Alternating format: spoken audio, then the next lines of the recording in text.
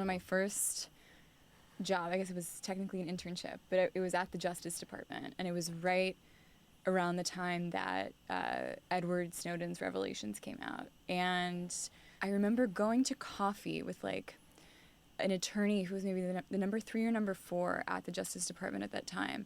And he took the very hardline stance of like, you don't know how much bad there is out there that does need to be tracked. I've now since very much swung the other way in my thinking of just being concerned about like the vast level of surveillance and how that data is being fueled to track us and try to attempt to map the world in the future, as we just talked about. But for the people who like genuinely think that there are some ways in which it could help us be more secure, what would you say? You know, the story of Edward Snowden is extremely relevant. Yeah.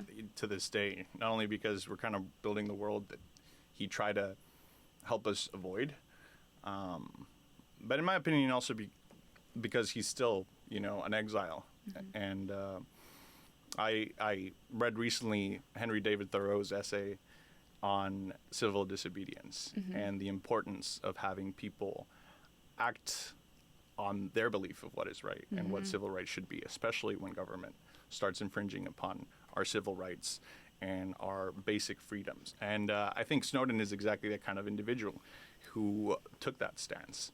And the fact that we're still punishing individuals that are speaking against the exploitation of people's data mm-hmm. and the violation of their civil rights is sort of an indication that these technologies are winning, right, mm-hmm. in our lives.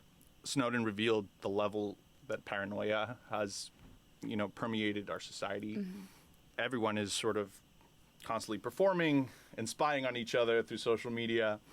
It's kind of become part of our fabric, social fabric. And it has also shaped not only our systems and the architecture of those systems, but eventually our behavior. Yeah. And now everybody kind of self-polices, in my opinion.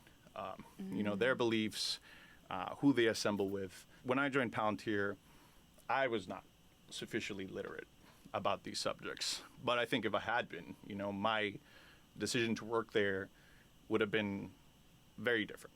Yeah. And I think that is part of the larger awareness that people need to also participate in, including people at Palantir.